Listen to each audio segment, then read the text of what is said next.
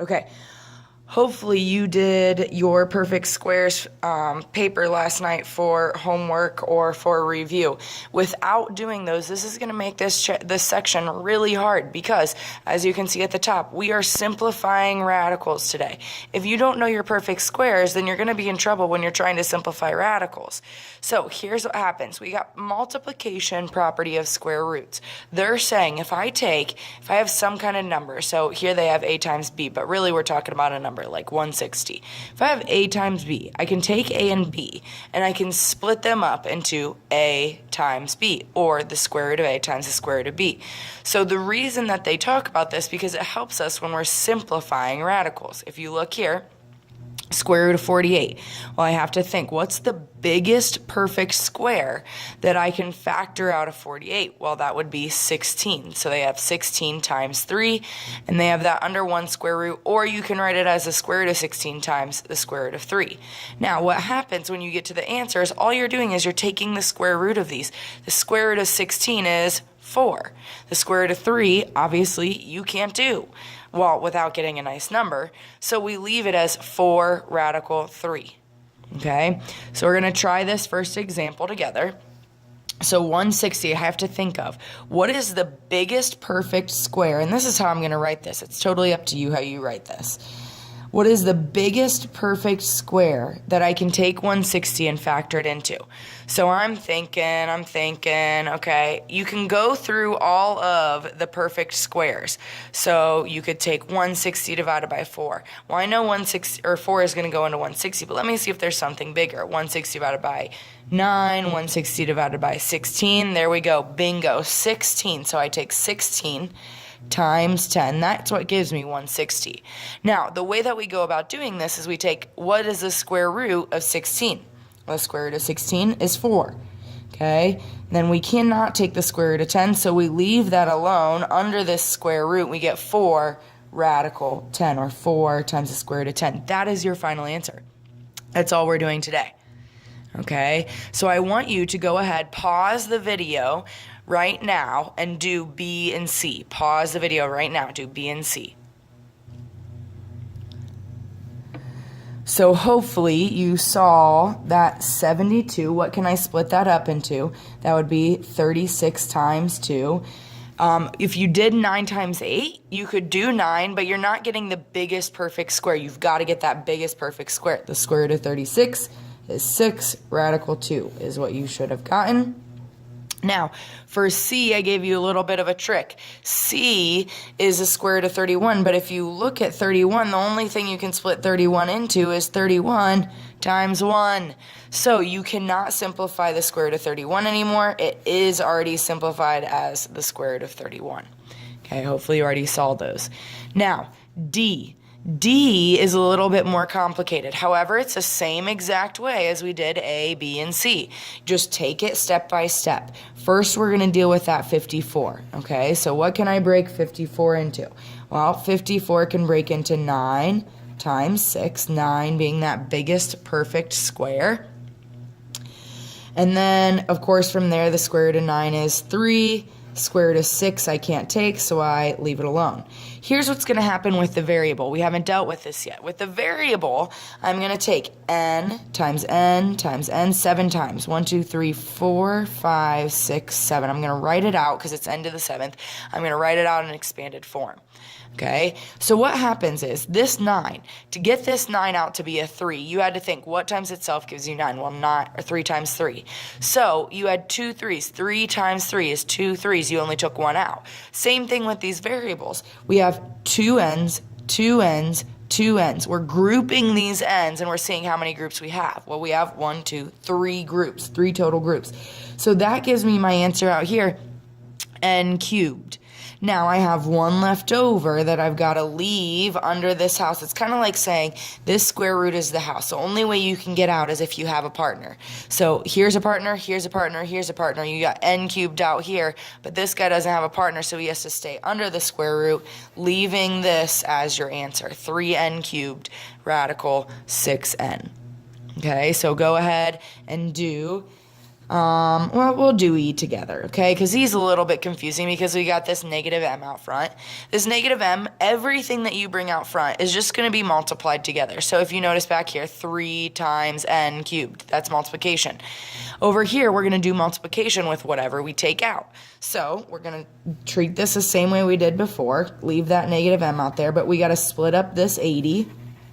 Okay, we got to split up that 80 into its biggest perfect squares. Well, 4 can come out of 80, but that's not the biggest perfect square. So what I'd like to do, I like to go through the list of perfect squares. 4, 9, 16, 25, 36, so on and so forth. Well, the biggest square is 16 times 5. My m I've got to write out 9 times. So 1, 2, 3, 4, 5, 6, 7, 8, 9. Okay, it's taking up a lot of room, but so from here, we just go about this like we did in these top examples. So we say 16, what's the square root of 16? Well, that's 4. Notice I have a negative m out here. Negative m times 4 is going to be negative 4m. I keep that negative, okay? So then the 5, I obviously can't take the square root of, so I leave it there. Then from here, remember we have to group our m's. Go ahead and group your m's. See how many groups you have. Should come up with 4. Now here's the tricky part. Since we already have that m out front, this is technically m to the first. But if I have 4 pairs I'm bringing out front, m to the first times m to the fourth, 4 plus 1 gives me m to the fifth out front.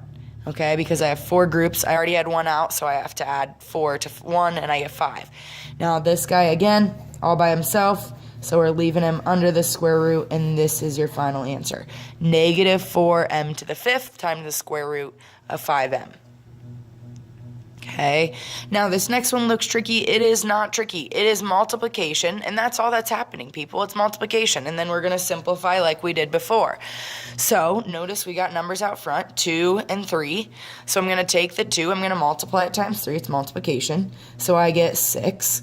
I'm going to write it down here a little bit so I don't run into this e example. Then I look what's under the square root, 7t times 14t squared. I just multiply those together.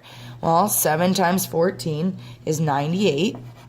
T times t squared is t cubed. Okay, and from there, I'm just doing the same stuff that I did in example E. So go ahead and try your example F yourself. Go ahead and try that. Pause the video so that you can try this.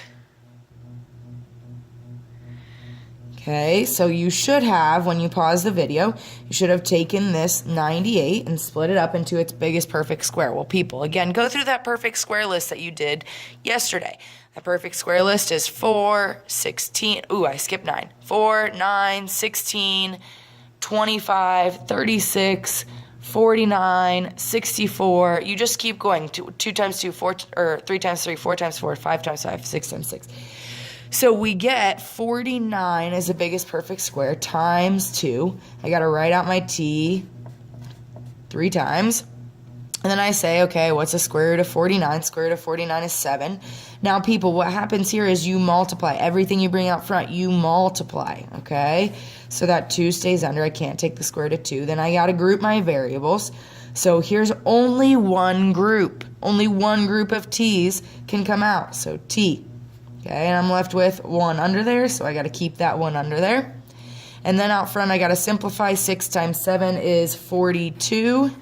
T times radical 2t. Okay, that's how we do example F. Okay, example G, go ahead and try that yourself. Pause the video right now. Try that yourself. It should only take you about 5 minutes. That one's not tough. Go ahead and try that yourself. Pause the video.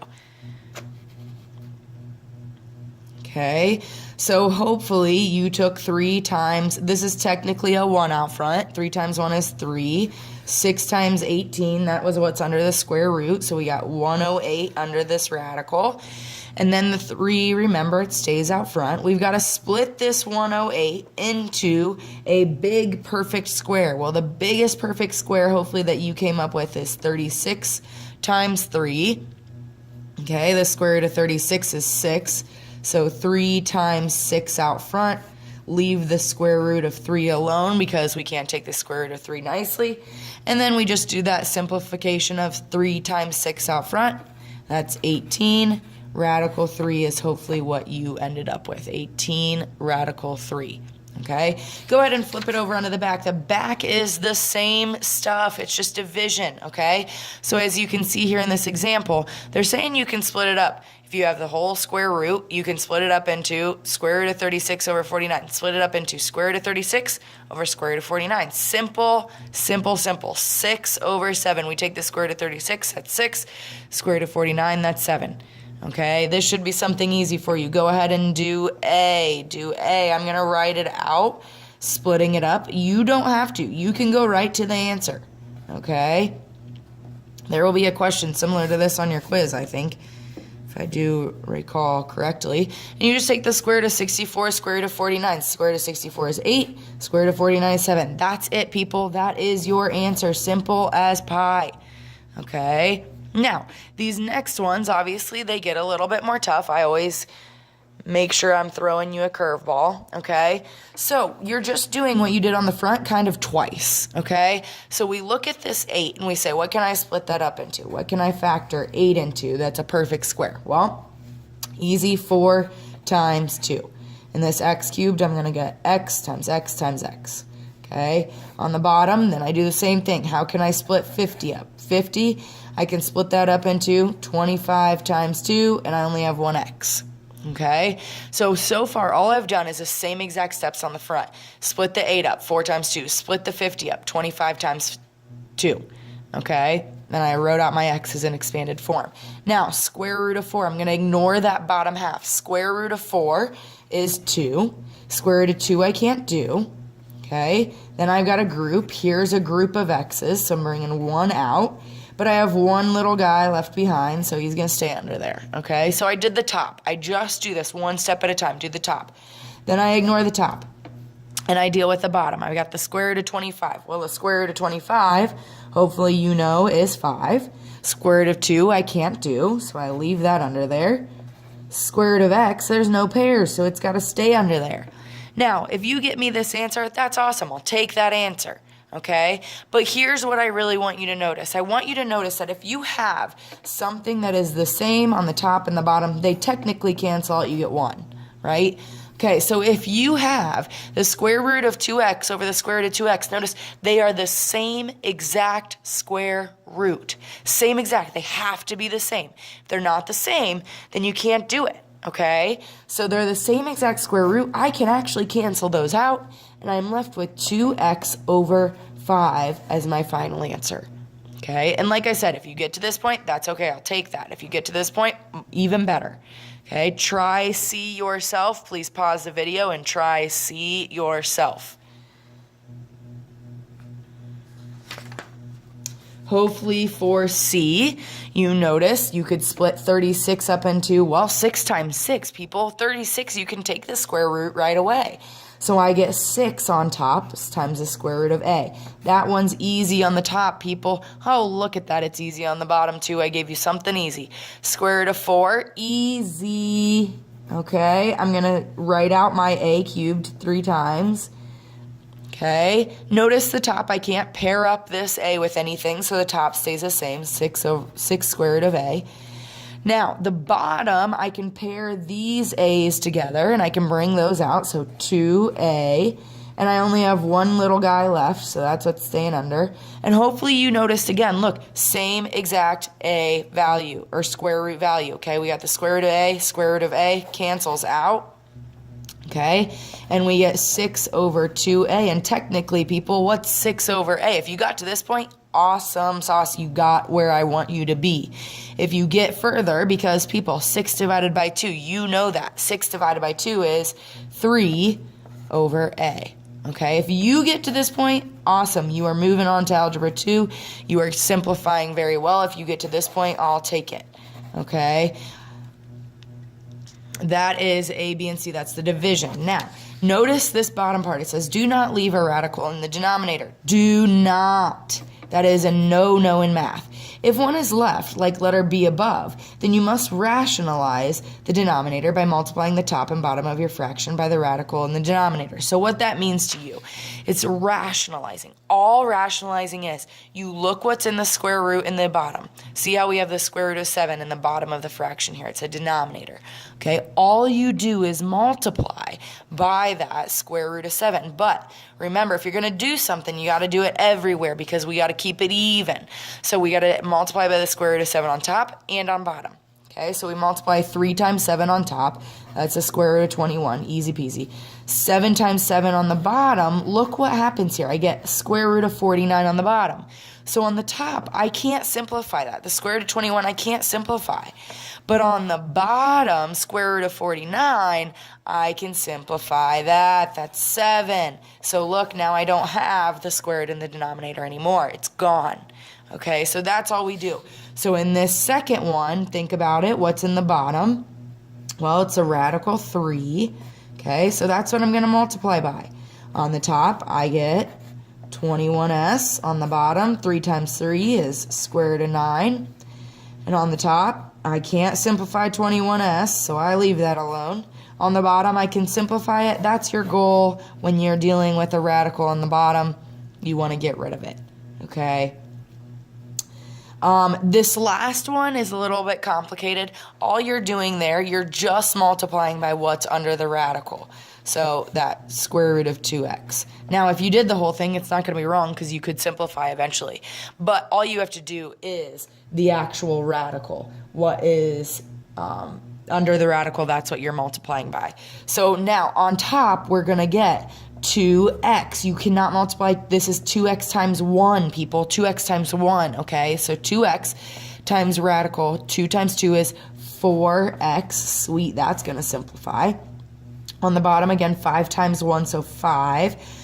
2x times 2x is 4x squared. Okay, so here's what happens. On the top, I've got 2x square root of 4. People, you can take the square root of 4. That's 2. So I get 2 times x, radical x. On the bottom, square root of 4 is 2, so 5 times 2. Square root of x squared is just x, okay? So on the top, we get 4x radical x. On the bottom, we get 10x, okay? And that can be your final answer. If you want to simplify that further, that'd be awesome, because 4 over 10 can simplify to 2 over 5. Your x's can cancel out and you're left with just this radical x on top. And technically this can be your answer. So either or I will accept here. Okay, if you can get it to the most simplified form, awesome. You're great. If you can get it to here, awesome. That's just as good. Okay? So get to work on your homework.